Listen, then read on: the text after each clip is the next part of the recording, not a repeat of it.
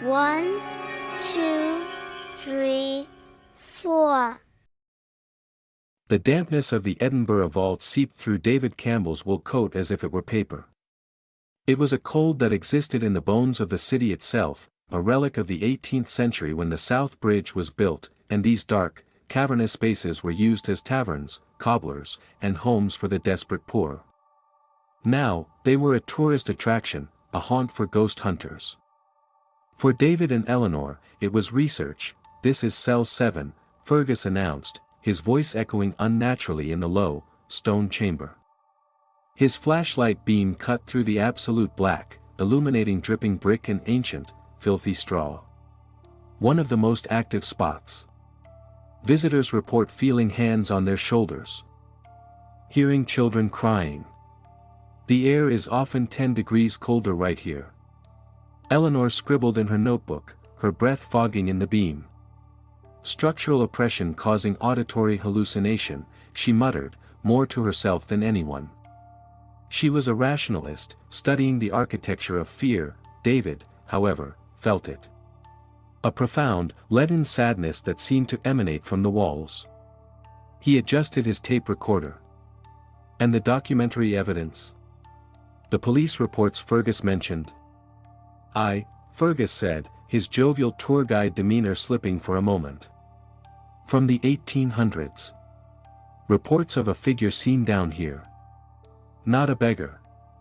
Described as well-dressed. But with an unnaturally wide smile. They called him the Smiling Man." Several people who claimed to see him were found down here later, delirious. One man blinded himself, said he couldn't unsee the grin. Eleanor snorted softly. Victernal hysteria. Poor lighting, methane leaks from the sewers. Fergus led them deeper, through a narrow, crumbling archway into a chamber even more oppressive. The ceiling was so low David had to stoop. The flashlight beam began to flicker. "Batteries," Fergus muttered, slapping it. The light died completely. For a few seconds, the darkness was total. A silence so thick it felt like pressure on the eardrums descended. Then, Fergus got his backup penlight on. Its feeble glow was worse than the dark. It was then David saw the footprint, fresh. In the thick dust of the stone floor, right in the center of the room. A single, clear print of a modern hiking boot. None of them had walked there, did you? David started. "No," Eleanor whispered, her skepticism cracking. A sound echoed from the tunnel behind them. A slow, shuffling gait. Scuff. Drag. Scuff. Drag. It was the sound of someone moving with purpose, but with a limp. "Who's there?" Fergus called, his voice wavering. "This is a closed tour." The shuffling stopped. From the darkness of the tunnel, just beyond the reach of the penlight, a voice replied. It was dry, rasping, as if unused for centuries, playing. "Hide. And seek." The words were playful, but the tone was hollow, devoid of any human emotion. It froze the blood in David's veins. "Run," Fergus breathed. "Now. To the stairs at the end of this passage." They stumbled forward, Fergus in the lead with the dying light, Eleanor clinging to David. The shuffling started again behind them, faster now. Scuff drag, scuff drag. It wasn't running. It was a relentless, steady pursuit. David risked a glance back. At the far edge of the gloom, a shape resolved. A man in a dark, old-fashioned frock coat, standing perfectly still. The penlight glinted off two things, the polished toes of old leather shoes, and a wide, stark white crescent of teeth. A smile that stretched far beyond the limits of a human face. The smiling man. He took a step forward, his movement all wrong, a jerking, marionette-like motion. The smile never wavered. Panic seized them. They crashed through the vaults, their own footsteps deafening. Eleanor tripped on a loose stone, crying out as her knee cracked on the ground. David hauled her up, her notebook lost to the darkness. Fergus's light finally gave out. They were blind, the shuffling was closer now. It seemed to come from the side passages, from ahead, from everywhere. The voice echoed off the wet stone, "I'm seeking. Come out, wherever you are." They found the stone stairs by sheer luck, tumbling up them in a heap of terror. Fergus fumbled with a heavy iron door at the top, his hands slick with sweat. With a scream of rust, it opened, and they fell into the blessedly cold, foggy night of modern Edinburgh. They slammed the door shut, leaning against it, sobbing for breath. The streetlights were heavenly. "We need to call the police." David gasped, "And say what?" Eleanor cried, her rational world in ashes. "That a man from a ghost story chased us." It was then David noticed Eleanor's jacket. On the back, clearly printed in the thick grime from the vault floor, was a single, perfect handprint. It was long-fingered, thin. And it was placed right between her shoulder blades, as if someone had been standing directly behind her, reaching out to touch her as they ran. They never went back. David's tape recorder, recovered later by a brave, and skeptical, official, contained only 2 hours of their own footsteps and breathing. Except for the final 3 minutes. On it, clear as day, is the sound of slow, shuffling footsteps coming impossibly close to the microphone. And then, a dry, rasping whisper, so close it could have been right next to his ear, "Found you." The Edinburgh Vaults still operate tours. But the Ghost Schools tour no longer goes into the deepest cell, number 7. The official reason is structural instability. Old-timers and staff, however, tell a different story. They say that sometimes, if you're the last one on the tour and you linger just a moment too long, you might hear a shuffling from the unlit passage. And a voice, playful and utterly cold, inviting you to play a game.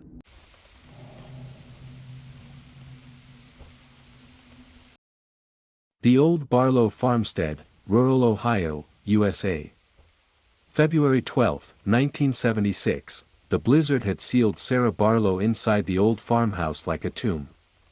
Her parents, thinking her responsible at 19, had left for a 2-day church retreat in Columbus. The storm wasn't forecast. Now, the world beyond the windows was a swirling, howling white void.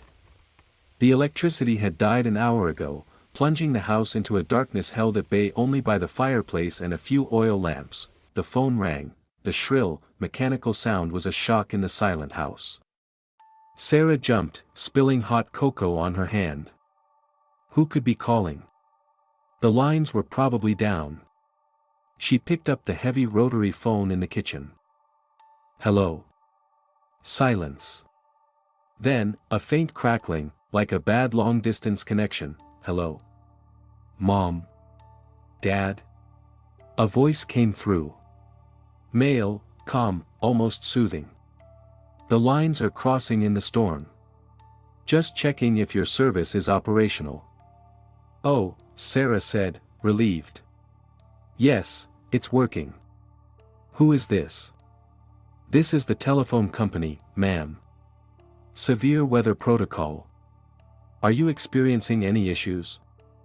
She talked to him. His name was Frank, he said, for 10 minutes. He was kind, asking about the storm, her safety, if she had enough food. He told her to keep the phone line free for emergency updates. When he hung up, Sarah felt less alone. 20 minutes later, the phone rang again. "Sarah?" It was Frank again, but his voice was tighter. "Listen carefully. Our switchboard is showing another call originating from inside your house. From the upstairs bedroom extension. Are you upstairs?" Ice water flooded Sarah's veins. "No. I'm in the kitchen. I'm alone. Stay on the line. Do not hang up." She heard him typing. "The number is still active. Someone is on that line right now.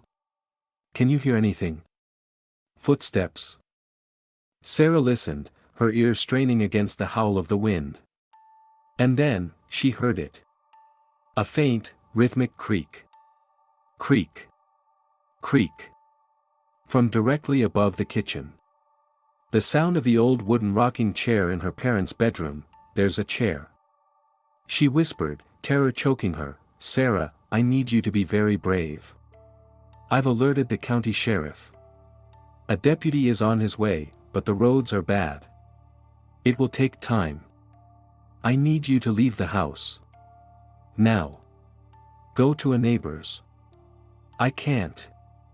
The snow is over 3 feet. I'll freeze. Then you must hide. Somewhere small, somewhere you can barricade. Do not go upstairs. Do not answer the door unless you hear the deputy's official identification. Do you understand? She understood. She was trapped in a house with something that had answered her phone. She took the phone with her, the long cord stretching taut, and hid in the small pantry under the stairs, pulling boxes of canning jars in front of the door. She clutched the receiver to her ear, her sobs quiet. Frank? Are you there? I'm here, Sarah. His voice was her only tether to sanity. Then, a new sound. Not from the house, but from the phone line itself. A faint, secondary line of audio, bleeding through. A soft, wet breathing. And underneath it, a childish, tuneless humming. Frank. Do you hear that? His voice turned urgent, deadly serious. Sarah, listen to me. The call from upstairs. It's gone. The line is dead. But our equipment is showing the call. Was never connected to an outside number. It was an internal loop. The call from upstairs. It was made to the phone you are holding right now. Sarah's blood turned to slush. The person, the thing upstairs, had called the kitchen phone. It had listened to her entire conversation with Frank. The breathing on the line grew louder. Thump, a heavy footfall on the main stairs. Then another. Coming down, he's coming down. She squealed into the phone. Don't make a sound, Frank whispered. Sarah heard the kitchen floorboards creak. The shuffling steps moved past the pantry door. She saw the thin line of light under the door darken as something stopped outside. The humming was now audible in the room, not just the phone. It was a nursery rhyme, mangled and sour. It stood there for an eternity. Then, the steps moved away. She heard the living room couch sigh as something heavy sat on it. And then, the sound of the TV being turned on. Static hiss filled the house. The TV hadn't worked since the power went out. Frank's voice was a lifeline. Sarah. The deputy is at the end of your lane. His car is stuck. He's coming on foot. 5 minutes. Stay silent. The static from the TV suddenly cut off. A new sound replaced it. A voice, amplified through the TV speaker, though it had no power. It was Frank's voice, but distorted, slow, and deeply wrong. Sarah. Hanging up. Is. Rude. Then, the phone in her hand went dead. The line was utterly silent. Terror broke her. She shoved the boxes aside, burst from the pantry, and ran for the front door. She didn't look toward the living room. She fumbled with the deadbolt, her numb fingers slipping. Just as she got it open, a figure loomed in the blizzard outside. Deputy Roy Wilkins, covered in snow, his flashlight beam blinding her. Sarah Barlow. Thank God. Are you all right? She fell into him, sobbing. He ushered her out into the storm, toward his stuck cruiser, radioing for backup. As they passed the living room window, Sarah looked back. In the dark room, illuminated by the deputy's flashing red lights reflecting off the snow, she saw a shape sitting perfectly still on the couch. It was turned toward the window. It had no discernible face, just a dark, smudged oval. And as the light flashed, for a fraction of a second, she saw the glint of the unused telephone receiver, clutched in its lap. The official report stated Sarah suffered a weather-induced psychotic episode, exacerbated by isolation. The phone company had no record of a Frank working that night, or of any outgoing service calls during the storm. The deputy confirmed the TV was cold and unplugged, but for years after, until the farmhouse was finally demolished in 1992, residents of that lonely stretch of road reported a strange phenomenon. During heavy snowstorms, their phones would sometimes ring. On the line, they'd hear nothing but the sound of static, and a faint, childish humming. And if they listened closely, a rasping, whispered invitation to a game that only one side could win. Let's play. Hide and seek. I'll hide first.